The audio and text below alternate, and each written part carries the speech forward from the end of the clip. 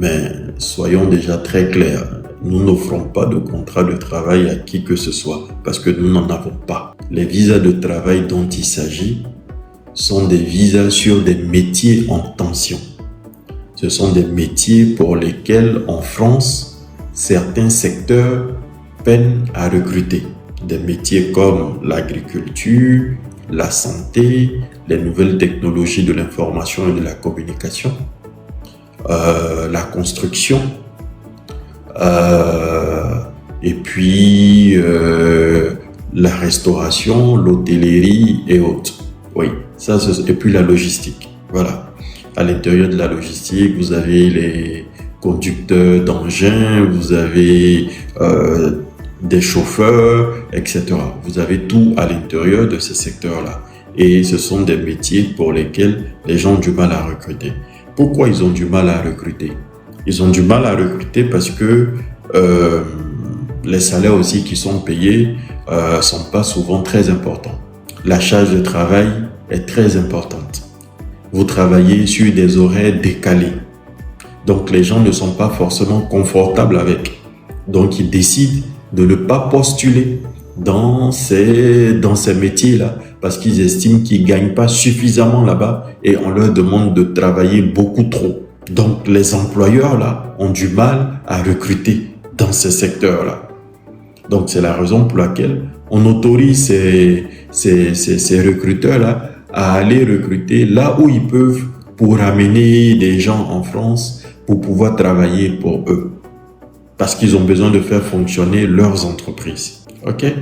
Donc c'est dans ces métiers-là exclusivement que nous nous accompagnons pour vous permettre justement de faire des demandes de visa de travail.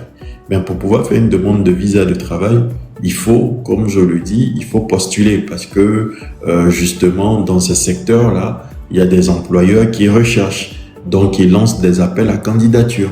Donc il faut répondre à ces appels à candidature-là. Ça, c'est une obligation. Pour qu'ils viennent vous chercher, il faut répondre déjà à ces appels à candidature. Il faut envoyer vos CV, il faut envoyer des lettres de motivation. Et n'oubliez pas, vous êtes justement en concurrence avec des personnes qui sont un peu partout dans le monde. Non seulement sur le territoire français, mais en dehors du territoire français.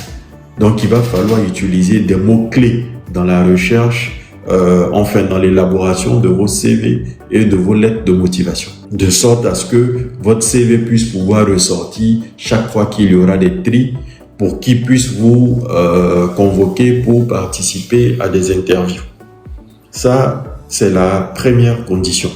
Postuler pour obtenir un emploi et à la suite de cet emploi-là, votre employeur vous permettra justement de le rejoindre en France. Mais s'il n'y a pas d'emploi au préalable, on ne peut même pas parler de visa de travail. On ne peut pas parler de visa de travail. Donc, vous postulez, vos CV ressortent parmi les bons CV. On vous convoque pour un entretien, pour discuter avec vous, pour comprendre vos motivations, ce que vous pouvez apporter à la société, ce que la société peut vous apporter. Vous êtes en phase avec votre futur employeur sur la fonction, sur le métier sur lequel vous viendrez travailler. Si vous êtes OK avec le principe et qu'au final, c'est vous qui êtes retenu, ils vous enverront une promesse d'embauche ou un contrat de travail. Ce contrat de travail, vous allez le lire, vous allez le faire, vous faire assister peut-être par un avocat ou un expert en ressources humaines pour vous aider à bien le comprendre, à bien le cerner. Si vous êtes en phase avec, vous le signerez, puis vous ramènerez cela à votre futur employeur.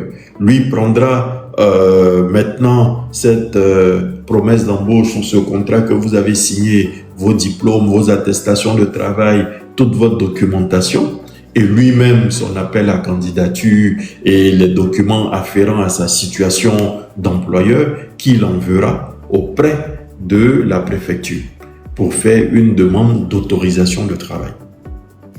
Une fois que l'autorisation de travail est délivrée par la préfecture, il vous enverra par la suite cette autorisation de travail et c'est avec elle que vous aurez à introduire votre demande de visa auprès du consulat. C'est seulement en ce moment-là, quand le visa long séjour vous sera délivré, qu'on pourra parler de visa de travail. Mais vous voyez d'où nous sommes partis.